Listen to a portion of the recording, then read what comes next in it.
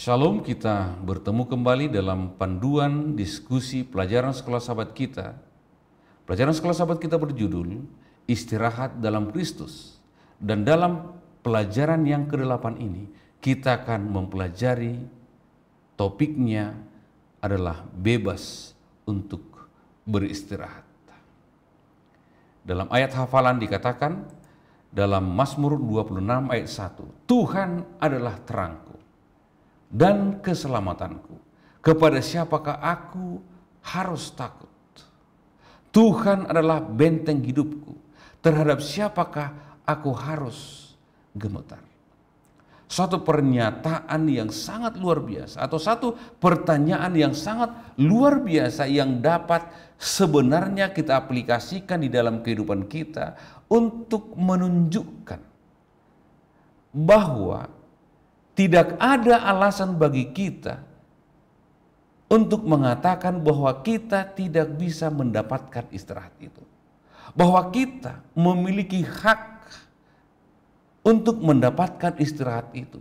Bahwa kita bebas untuk memilih, bebas untuk mendapatkan istirahat itu. Karena kepada siapa kita harus takut? Sering sekali kegelisahan itu muncul adalah oleh karena kita merasa takut. Sering sekali istirahat itu tidak dapat kita peroleh adalah oleh karena kita merasakan gemetar, ketakutan. Sehingga kita yang seharusnya bebas atau dapat atau berhak untuk mendapatkan istirahat itu, tetapi oleh karena rasa takut, oleh karena kita gemetar, kita memilih untuk tidak menerimanya.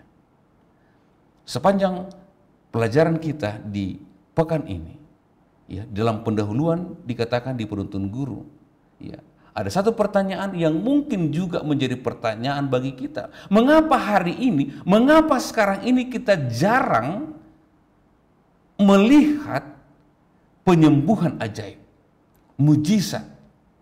Atau mungkin ada pertanyaan lain lagi yang akan kita temukan dalam pelajaran sekolah sahabat kita sehubungan dengan penyembuhan. Karena kita akan berbicara penyembuhan pada hari Sabat ini atau dalam diskusi kita. Kita akan berbicara hubungan penyembuhan dengan mendapatkan istirahat itu. Dan dikatakan dalam pendahuluan pelajaran sekolah sahabat kita bahwa kita akan melihat dua contoh.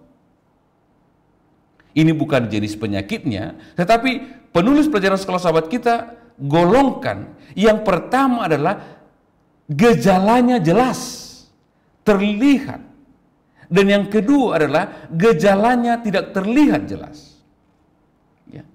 Tentunya mungkin kita lebih menakuti, ya, atau lebih tidak menyadari atau lebih berbahaya bila mana gejalanya tidak terlihat.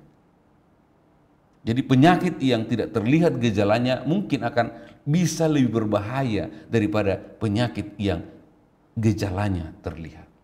Dan dikatakan juga bahwa kita akan menemukan apa yang terjadi. Ya. Apa yang terjadi ketika doa kita untuk penyembuhan tidak dijawab. Penyembuhan dalam hal ini adalah penyembuhan yang dua golongan tadi. Ya. Penyembuhan untuk gejala yang terlihat dan penyembuhan untuk gejala yang tidak terlihat. Dan kalau kita tidak menemukan jawaban atas doa kita, bagaimanakah kita dapat menemukan istirahat? Nah, ini yang akan kita pelajari, yang akan kita diskusikan. Ya, karena seringkali dalam kehidupan kita tidak dapat menemukan istirahat bisa saja oleh karena kata-kata ini. Oleh karena doa kita untuk mendapatkan kesembuhan atau penyembuhan itu tidak dijawab oleh Tuhan. Kita akan melihat kepada yang pertama. Ya. Yang pertama adalah yang gejalanya jelas. Dan ini ceritanya diangkat dari seorang yang lumpuh, yang tidak sanggup untuk datang kepada Yesus, sehingga sahabat-sahabatnya membawanya untuk mendapatkan kesembuhan kepada Yesus. Kita tidak akan membahas cerita itu. Tapi kita akan melihat beberapa kutipan dari pelajaran sekolah sahabat kita sehubungan dengan kisah itu yang dapat kita hubungkan dengan bagaimanakah kita dapat menemukan istirahat itu. Seperti pertanyaan tadi, secara khusus bila mana doa kita tidak dijawab untuk mendapatkan kesembuhan itu. Kutipan dalam pelajaran sekolah sahabat kita dikatakan kabar baiknya adalah bahwa Allah dapat memberikan kita istirahat entah kita sakit atau sehat. Ya. Entah penyakit yang kita alami itu adalah akibat dari perbuatan kita sendiri, seperti yang pelajaran sekolah sahabat kita katakan dalam kisahnya. Atau kelalaian orang lain. Kalau kita contohnya mendapatkan kecelakaan oleh karena kesalahan orang lain. Gen kita, penyakit yang diturunkan oleh orang tua kita. Atau hanya produk sampingan dari hidup di dunia yang penuh dosa ini. Ada banyak mungkin hal-hal yang menyebabkan kita mendapatkan penyakit. Di pelajaran sekolah sahabat kita dikatakan bahwa kita seringkali merasakan bahwa kita sangat membutuhkan istirahat itu adalah ketika kita mengalami sakit. Secara khusus ketika sakit itu adalah sakit yang bergejala atau sakit yang dapat kita rasakan, sakit yang dapat kita lihat. Ya. Dan kadang-kadang oleh karena penyakit yang kita rasakan, kita membutuhkan istirahat secara fisik yang akhirnya akan bisa memberikan istirahat secara mental kepada kita. Dan seringkali juga ketika penyakit yang kita alami itu terlihat mengancam jiwa kita, ya, mungkin ada banyak pertanyaan-pertanyaan yang akan muncul di dalam kehidupan kita. Mungkin kita akan bertanya, apakah Tuhan sedang menghukum saya? Apakah Tuhan sedang mengadili saya? Apakah Tuhan sedang mengingatkan saya oleh karena dosa yang saya lakukan yang mungkin orang lain juga tidak ketahui? Jadi bisa saja pertanyaan-pertanyaan seperti itu muncul di dalam kehidupan kita. Tetapi apa yang pelajaran sekolah sahabat kita katakan adalah entah kita sedang sakit atau entah kita sehat, Allah dapat memberikan istirahat kepada kita. Kita bebas untuk mendapatkan istirahat itu. Tidak ada halangan. Tidak ada halangan di dalam kehidupan kita yang membuat kita tidak bisa mendapatkan istirahat itu. Tidak ada. Penyakit tidak seharusnya menghalangi kita untuk mendapatkan istirahat itu. Ya, tidak ada harusnya hal-hal yang membuat kita tidak bisa mendapatkan istirahat itu. Selanjutnya di sini dikatakan, karena kita sering tidak menyadari suatu penyakit sampai kita melihat gejalanya, kita sering menganggap penyakit itu hanya sebagai gejalanya. Kita berpikir bahwa menghilangkan gejala berarti penyembuhan. Tetapi Yesus mendekati atau menghadapi penyakit dengan cara berbeda, dan ini yang perlu kita diskusikan. Dia mengetahui akar dari semua penderitaan dan penyakit dan ingin mengobati akar dari penyakit itu terlebih dahulu, sehingga kepada orang lumpuh itu Yesus mengatakan, dosamu diampuni. Ada satu beban yang dalam dirinya, ada satu penyesalan, ada satu rasa bersalah dalam dirinya yang mungkin lebih besar daripada rasa sakit fisik yang ia alami. Sehingga Tuhan katakan, dosamu diampuni. Dan itulah yang dikatakan dalam pelajaran sekolah sahabat kita, bahwa Yesus mendekati penyakit, menghadapi penyakit, memperlakukan penyakit dengan cara berbeda. Kalau kita ya sebagai manusia, yang sering kita takutkan bukan penyakitnya, tetapi rasa sakitnya. Ya. Sekali lagi, kita sebagai manusia lebih sering menakuti atau lebih takut terhadap rasa sakit daripada terhadap penyakit. Kenapa? Kalau tidak ada muncul gejala,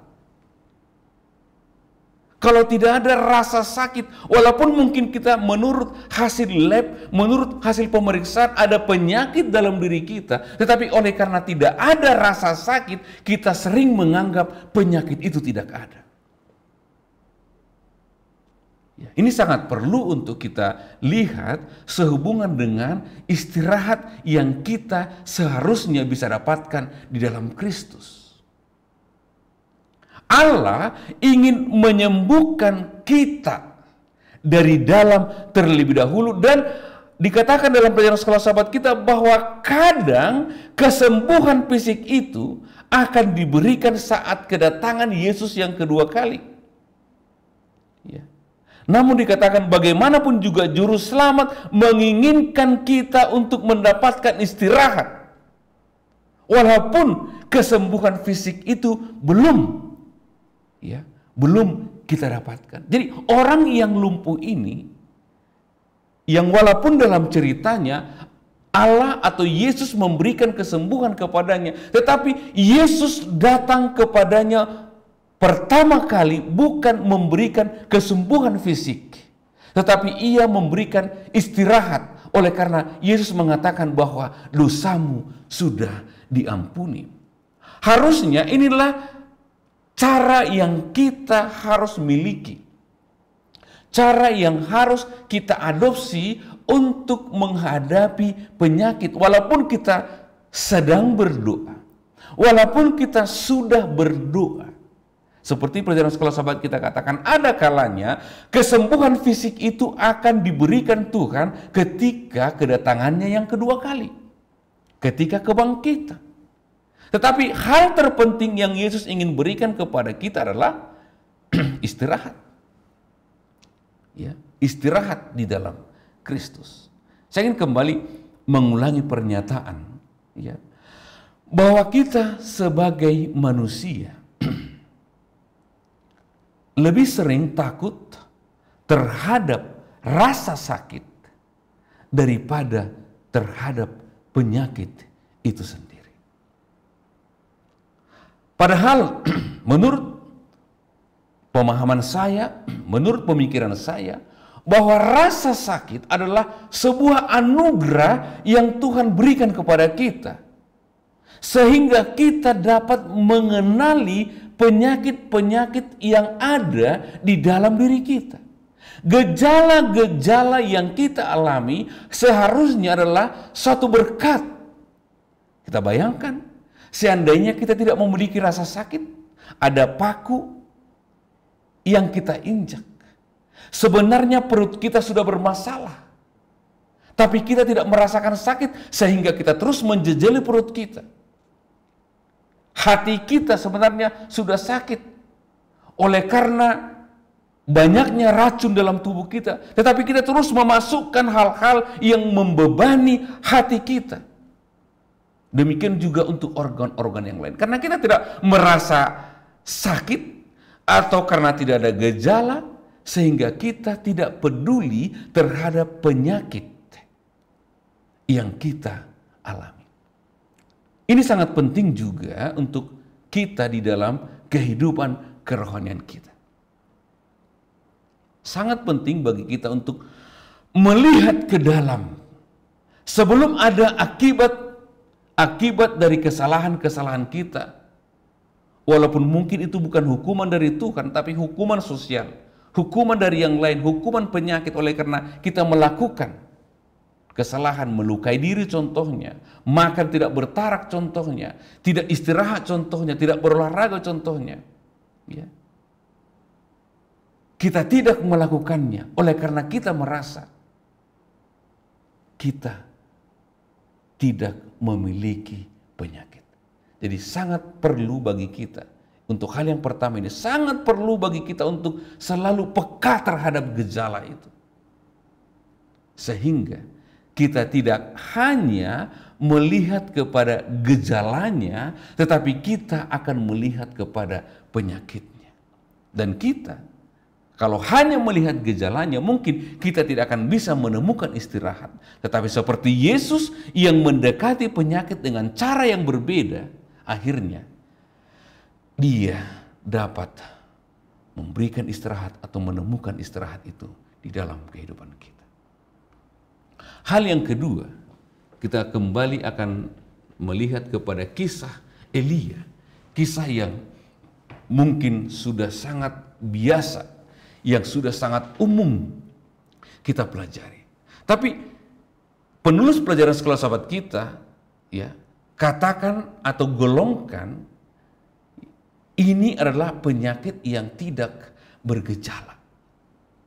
Ya, penyakit yang tidak bergejala.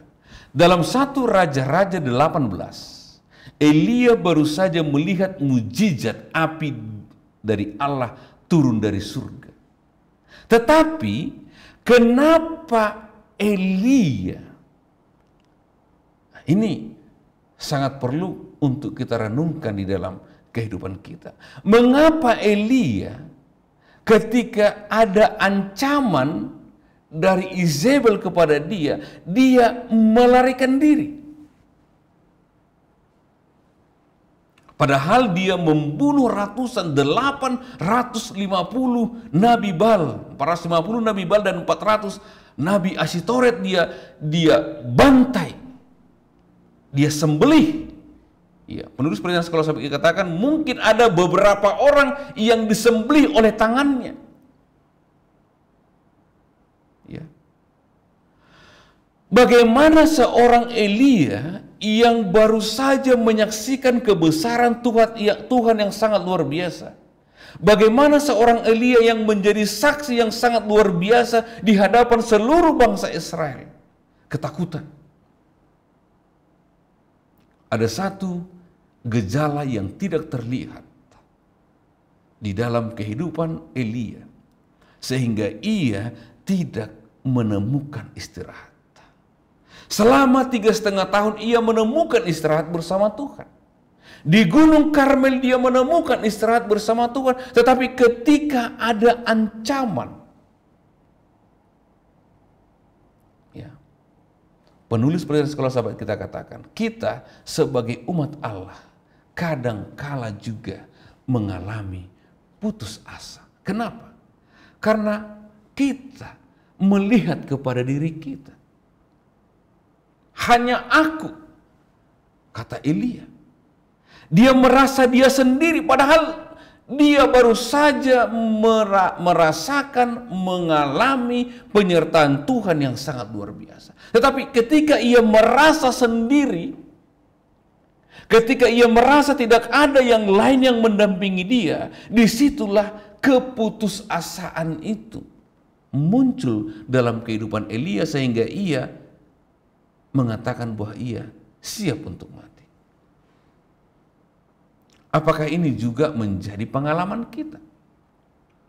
Ya. Dikatakan di sini, dan ini yang dialami oleh Elia dan mungkin juga menjadi pengalaman kita. Kadang-kadang orang yang tenggelam menjadi sangat bingung sehingga mereka akan melawan penjaga pantai atau akan melawan orang yang akan menyelamatkan mereka. Penjaga pantai kemudian harus mundur dan menunggu melakukan penyelamatan sampai korban benar-benar menjadi tidak sadar. Sampai Elia merasakan terlalu lelah untuk berlari. Sampai Elia merasakan bahwa dia tidak mampu berbuat apa-apa lagi.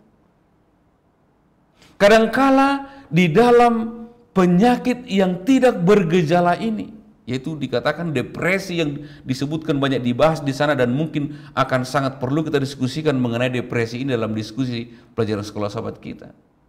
Depresi yang kita alami, rasa putus asa yang kita alami, kadangkala harus kita menyerah dulu, harus kita merasa tidak mampu dulu, baru kita bisa atau mau menyerahkan semuanya beban kita kepada Tuhan, dan saat itulah Tuhan akan bertindak sama seperti yang dialami oleh Elia, sama seperti kisah penjaga pantai. Ya. Kalau kita pernah menolong orang yang tenggelam, yang sedang panik, sangat berbahaya. Justru orang yang panik itu bisa mencelakakan kita juga. Tetapi ketika orang yang tenggelam itu menyerah, ya mungkin oleh karena sadar atau oleh karena sudah tidak bisa berbuat apa-apa lagi, barulah penolong akan bisa melakukan pertolongan. Mungkin hal itu juga akan menjadi hal yang terjadi di dalam kehidupan kita. Ya.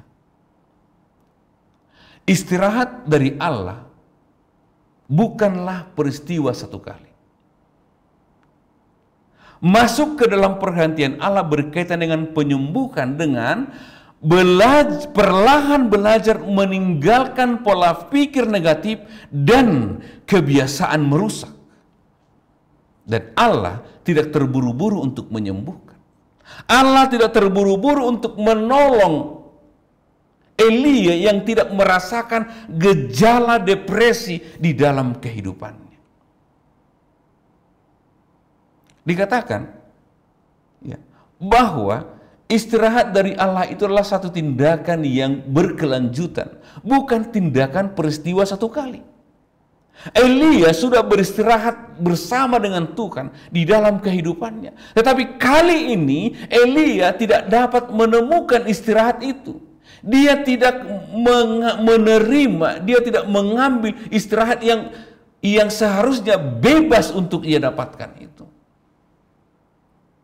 Ya, satu hal yang harus kita terima dan harus kita pelajari, bahwa kadangkala Allah tidak terburu-buru untuk menyembuhkan. Kenapa? Supaya kita menyadari penyakit kita, supaya kita menyadari kelemahan kita. Bukan hanya melihat kepada gejala, tetapi kita melihat kepada penyakitnya. Ya, dikatakan bahwa penyembuhan itu adalah sebuah proses yang dengan perlahan-lahan belajar meninggalkan pola pikir negatif dan kebiasaan yang merusak. Apa yang membuat kita tidak bisa mendapatkan istirahat itu seringkali adalah oleh karena pola pikir yang negatif. Apa yang membuat kita tidak dapat beristirahat secara fisik juga adalah oleh karena kebiasaan yang merusak. Dan banyak mungkin hal-hal yang lain lagi. Dan hal yang sangat penting, baik untuk penyakit yang bergejala, demikian juga penyakit yang tidak bergejala. Ya, dikatakan di sini, penyembuhan akan datang untuk sang nabi sementara dia belajar mengatur hidupnya dengan ritme Allah dan menerima perhentian. Ini yang sangat penting. Ya. Entah kita memiliki penyakit fisik, tetapi ketika kita belajar untuk mengatur hidup kita dengan ritme Allah, berjalan harmonis dengan Allah, apapun yang terjadi dalam hidup kita, sekalipun kita harus dilempari dengan batu seperti Stefanus, sekalipun kita akan dipenjara seperti Paulus, sekalipun kita akan disulah seperti Yakobus, sekalipun kita akan disalibkan seperti Petrus, ketika kita sudah mengatur hidup kita sesuai dengan ritme Allah, maka kita akan bisa menerima perhentian yang ditawarkan oleh Allah.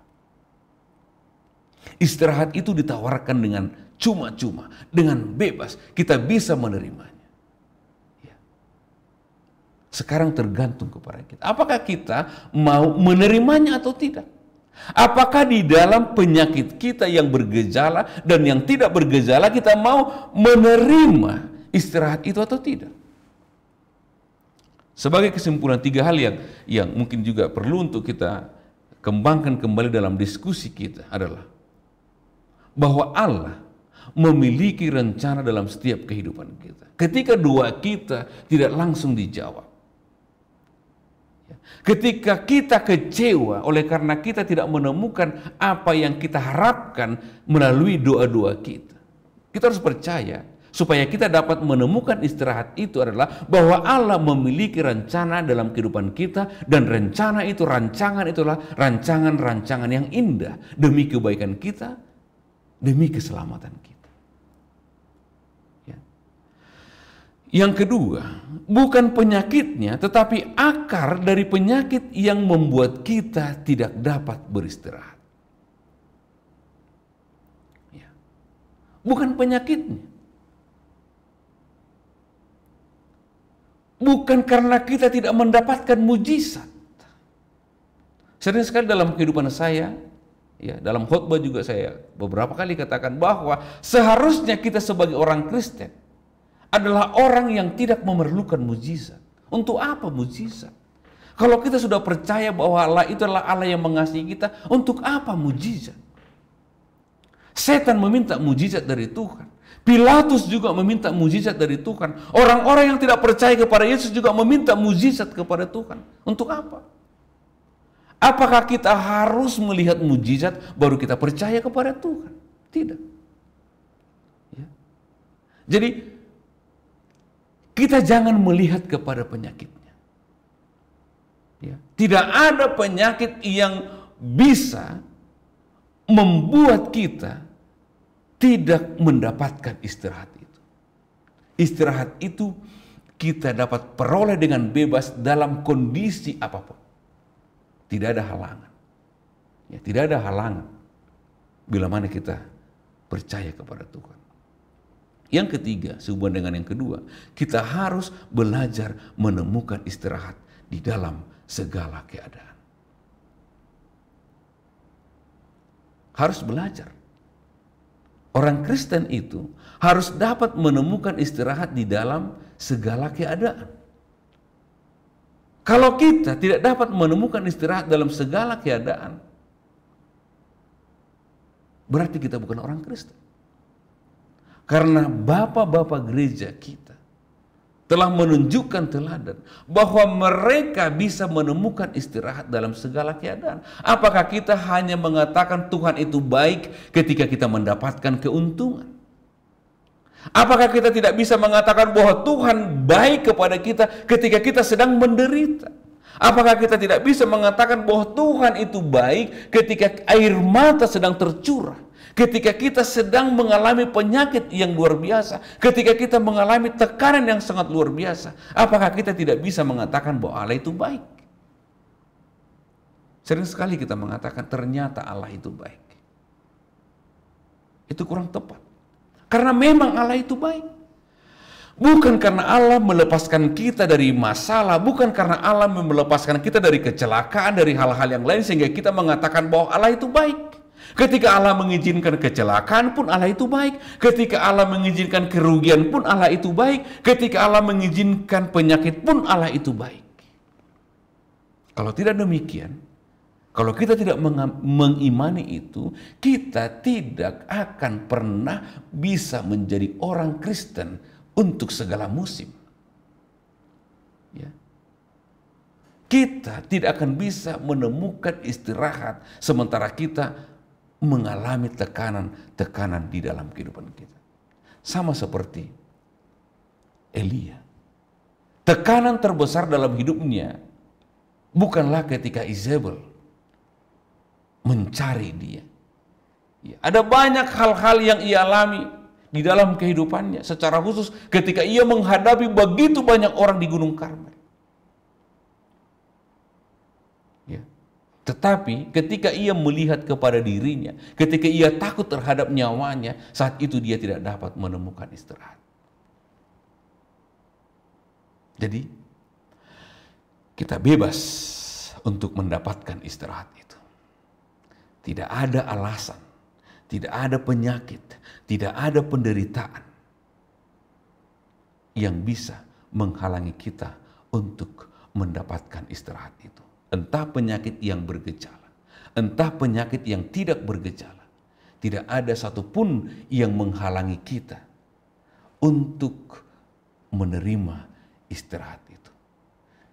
Biarlah kiranya kita akan menemukan bagaimana caranya mendapatkan istirahat yang Kristus tawarkan, sementara kita mempelajari pelajaran sekolah sahabat kita ini, sementara kita mendiskusikan pelajaran sekolah sahabat kita ini. Sehingga dengan demikian kita akan bisa berjalan bersama-sama dengan Kristus setiap hari dalam setiap keadaan di dalam kehidupan kita. Kiranya Tuhan memberkati kita. Selamat berdiskusi untuk kita.